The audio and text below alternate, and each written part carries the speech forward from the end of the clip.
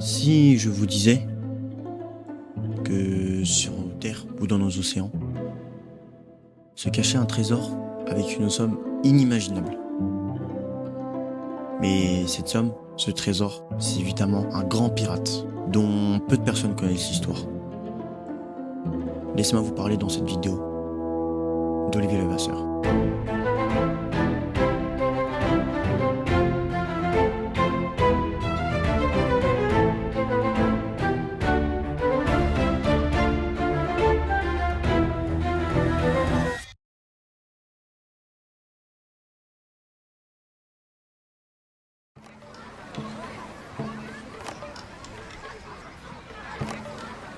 Olivier Levasseur, c'est un pirate français qui est né à Calais en 1695.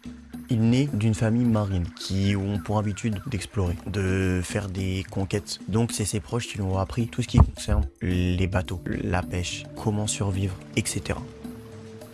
Donc Olivier Levasseur, il a envie de faire sa carrière. Il a envie de devenir un très grand pirate, de devenir un très grand empereur colonial. Alors il va commencer sa carrière aux Caraïbes, pendant la pleine guerre de succession d'Espagne.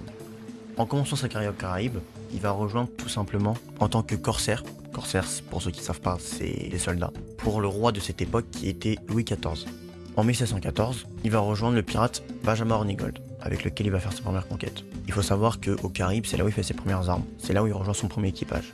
Mais peu de temps après avoir rejoint Benjamin Hornigold, il va devenir indépendant. Olivier Levasseur, c'est quelqu'un qui veut devenir justement solitaire. C'est quelqu'un qui veut devenir un pirate en écrivant son histoire lui-même. Il se crée une réputation de prédateur, efficace, rapide. C'est donc pourquoi les gens ont décidé de le surnommer la Buse. Avec ce petit équipage-là, il va prendre part du Portillon. Le Portillon, c'est un petit bateau. Mais Olivier Levasseur ne veut pas s'arrêter là. Il veut le continuer plus vers le sud. Donc, il descend vers la Martinique en 1715. Et en Martinique, il décide de recruter une trentaine d'hommes, dont 3 anciens soldats de la garnison royale.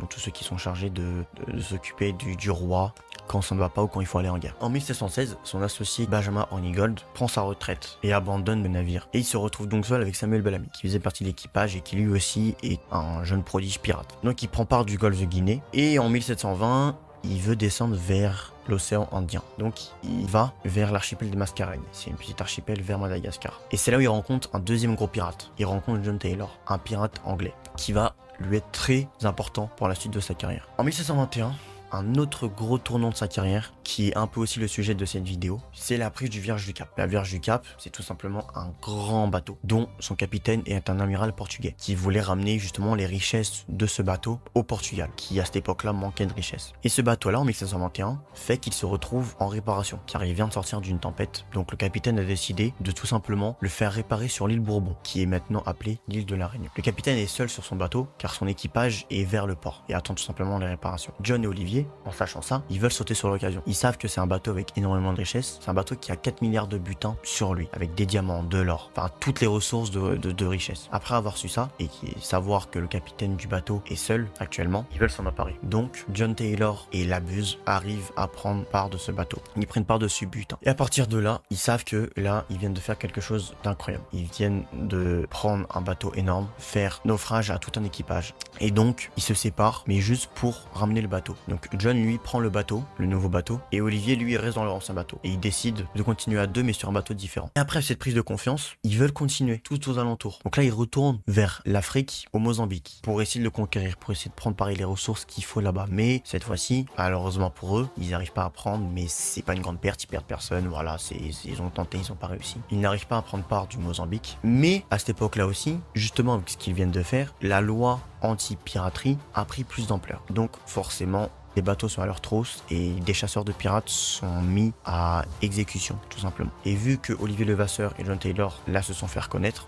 ils fuient, ils sont obligés de se séparer. Et John Taylor, lui, va abandonner. Heureusement que au Mozambique, Olivier Levasseur était revenu sur le bateau de la Vierge du Cap avec John Taylor. Et donc, John Taylor, lui, va décider d'abandonner. Donc, Olivier Levasseur va se retrouver seul sur le bateau. Et pour prendre des précautions, pour prendre de l'avance, il décide de partager le butin avec tout son équipage. Le butin, que je rappelle, est de 4 milliards d'euros. Mais n'oublions pas qu'il y a encore quelqu'un d'autre avec lui, c'est ce fameux Samuel Bellamy qui était avec lui au tout début quand il est parti des Caraïbes. Et Samuel Bellamy et Olivier Levasseur se séparent et ils veulent se retrouver aux États-Unis quand ils auront réussi à s'échapper de ces chasseurs. Malheureusement, Samuel Bellamy fait naufrage et va donc mourir pendant sa poursuite. Donc là, on arrive après malheureusement avoir perdu ses associés, on arrive vers la fin de sa carrière, presque 10 ans après cette prise de la Vierge du Cap. En 1729, donc, il devient tout simplement pilote à Madagascar, où il offre donc des services de navires européens de passage. Et à ce moment-là, il monte dans la Méduse. La Méduse qui est un bateau. Mais malheureusement pour lui, dans cette Méduse, il y a 2 anciens pirates et 2 anciens chasseurs de pirates qui l'ont reconnu. Et donc vont le prendre pour otage et vont l'attacher avec des chaînes. Ils vont l'emmener jusqu'à l'île de la Réunion. Et il va donc avoir droit à un procès. Mais pendant le procès, Olivier Levasseur refuse de parler, il veut rien s'exprimer, que ce soit à propos de ce qu'il a pu accomplir, de ce qu'il a pu trouver ou de ses actes qu'il ait pu faire, il veut rien s'exprimer du tout. Donc il est déclaré à mort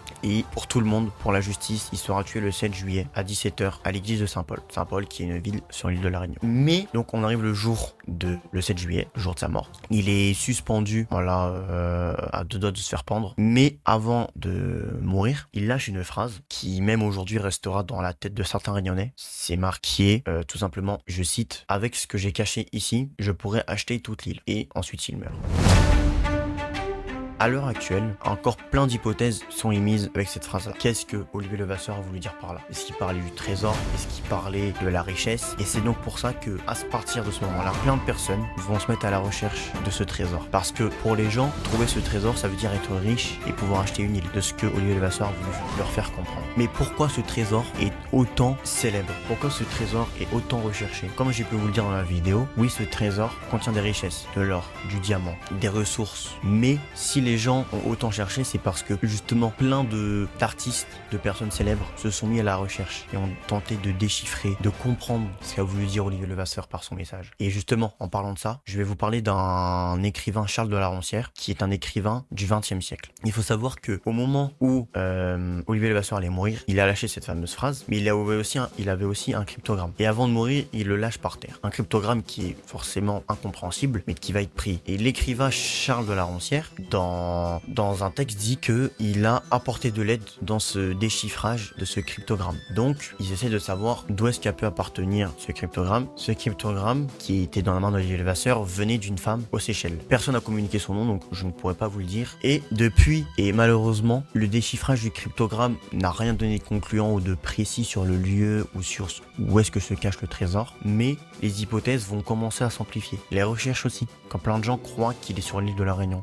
D'autres à Maurice, d'autres à Rodrigue, et encore même à Madagascar, là où il a pu passer. Donc, à l'heure actuelle, le trésor est encore recherché. Mais plein de gens ne savent pas. Car oui, Olivier Levasseur est décédé à La Réunion. Oui, il y a une tombe de sa part, mais on ne sait pas où est-ce que ce trésor a pu se cacher. Sans doute qu'il se cache aux alentours de ces îles-là, qui entourent Madagascar. Peut-être qu'il est caché en Afrique, au Mozambique, on ne sait pas. En tout cas, ce trésor-là, et ce qu'il a pu accomplir, cette richesse-là, est encore semée de doutes. Les hypothèses ne sont pas encore vraiment sûres. Mais Olivier Levasseur est devenu quelqu'un de célèbre après ça. Donc plein d'histoires vont être faites sur lui, que ce soit des romans, des bandes dessinées, des films. Plusieurs œuvres vont être inspirées de sa part. Mais si je vous en dis une, je pense que beaucoup d'entre vous vont être surpris, parce que peut-être que vous regardez ça sans savoir. Et moi aussi je l'ai appris récemment, mais One Piece, l'anime One Piece, est inspiré d'Olivier Levasseur. Le créateur de One Piece a créé son anime One Piece en rapport avec Olivier Levasseur. Et pourquoi je vous dis ça? Parce que pour ceux qui ont regardé One Piece, Gold D. Roger, c'est la personne qu'on voit au tout début de l'anime. Je veux pas spoil, mais je vous dis quand même, c'est pas un spoil, mais Gold D. Roger,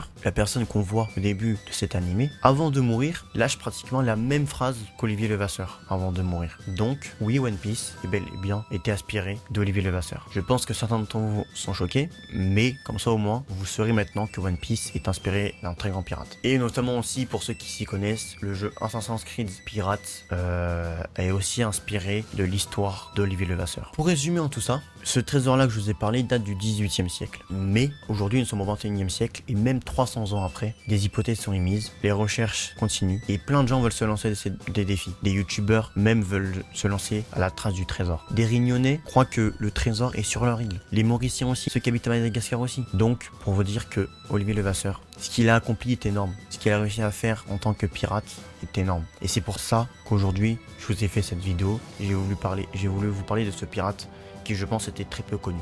Et si je vous parle aussi de ça, c'est parce que moi-même je suis originaire de La Réunion et que c'est une histoire qui me concerne également et que j'ai voulu vous en parler. Donc, on peut en conclure qu'Olivier Levasseur a laissé des traces dans la tête des personnes et que pour moi, son trésor un jour sera trouvé. Je sais pas dans quel futur, je sais pas dans quelle période, mais pour moi, un jour son trésor sera trouvé. Mais pour ça, il faut bien explorer les fonds marins ou bien explorer les terres, là où il a pu aller.